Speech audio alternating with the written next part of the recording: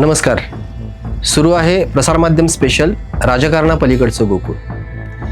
1962च्या काळात कोल्हापुरात शेतकरी संघाचं काम सुरू होतं. जिल्ह्यातील सर्व तालुक्यात 1961 ते 65च्या दरम्यान लहान लहान सहकारी दूध संस्था सुरू होत होत्या. कोल्हापूर आणि करवीर तालुक्यातील अनेक ज्येष्ठ आणि त्यांच्या जोडीला तरुण कार्यकर्ते ग्रामीण प्रश्नांचा अभ्यास करत होते. त्यांना या प्रश्नाविषयी आस्था होती आणि समाजासाठी, ग्रामीण विकासासाठी काहीतरी करायचं होतं. यामध्ये कनेरीचे एस.वाय. पाटील, यशवंत पाटील, कोल्हापूरचे बाबूराव जाधव, चोईमधले आनंदराव पाटील चुएकर अशा अनेक जणांचा समावेश होता. करवीर तालुका शेतकरी संघाचे चेअरमन N.T. सरनाईक यांचा सहकाराचा मोठा अभ्यास.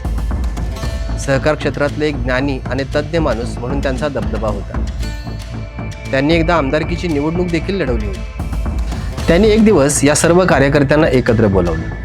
दूध उत्पादकांना चांगला दर मिळवून देण्याच्या हेतूने गावागावातील लहान संस्थांचे दूध एकत्र करून ते दूध सहकारी डेअरीला घालण्याचा संकल्प बोलून दाखवला.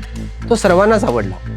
यातूनच 1963 साली करवीर तालुका मिल्क फेडरेशनची सुरुवात झाली. फेडरेशनसाठी संघामार्फत व्हिनस कॉर्नर येथील जागा देण्यात आली. N.T. सरनाईक हे त्याचे अध्यक्ष झाले आणि एस.वाय. पाटील कार्यकारी संचालक. सुरुवातीच्या काळात हातकणंगले, कागल आणि करवीर तालुक्यातील ग्रामीण भागातल्या साधारणपणे 15-16 दूध संस्था या फेडरेशनला दूध घालत होत्या. दररोज अंदाजे 500 ते 600 लिटर दुधाचे संकलन होत होते. त्यावेळी दूध लिटरमध्ये नाही तर शेअरमध्ये मोजले जायचे. संकलनाची पद्धत मात्र तशीच होती. कधी चालत, खांद्यावरून, कावडीनं, सायकलवरून आणि मिळेल त्या वाहनानं हे दूध घातलं जायचं. याशिवाय ते टिकवण्यासाठी दूध तापवणं, बर्फाच्या सहाय्याने ते थंड करणं, नंतर त्याची वाहतूक करणं हे सर्वच तसं खर्चिक होतं. खूपदा दूध फेडरेशनला मिळेपर्यंत दूध खराब होऊन जायचं. हे सर्व दूध सरकारी डेअरीला घातलं जायचं. सरकारी डेअरीतील कर्मचाऱ्यांना या व्यवसायाविषयी आस्था होतीच असं नाही. त्यामुळे माप व्यवस्थित घेतलं जायचं नाही. डिग्री, दर्जा याबाबत काळजी घेतली जात नाही.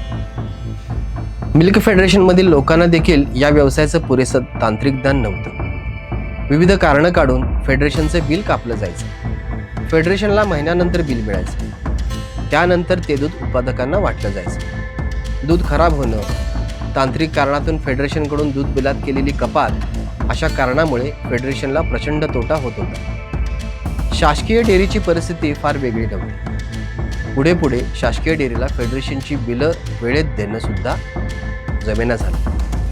3-3 महिने बिलं मिळत नव्हती. दुधाला मिळणाऱ्या दरात गणित बसत नव्हतं. त्याचा फटका फेडरेशनला बसला. ज्या दूध उत्पादकांसाठी डेअरी सुरू केली त्याचा कोणताच फायदा त्यांच्यापर्यंत पोहोचवणं शक्य होत नव्हतं. दूध उत्पादकांना विश्वास देण्यात आणि तो राखण्यात फेडरेशनला अपयश आलं. तोटा वाढू लागला, तक्रारी वाढू लागल्या. अशा परिस्थितीत फेडरेशन बंद पडते की काय अशी परिस्थिती निर्माण झाली. या दरम्यान जवळपास 5 वर्ष N.T. सरनाईक यांनी संघाची धुरा सांभाळली.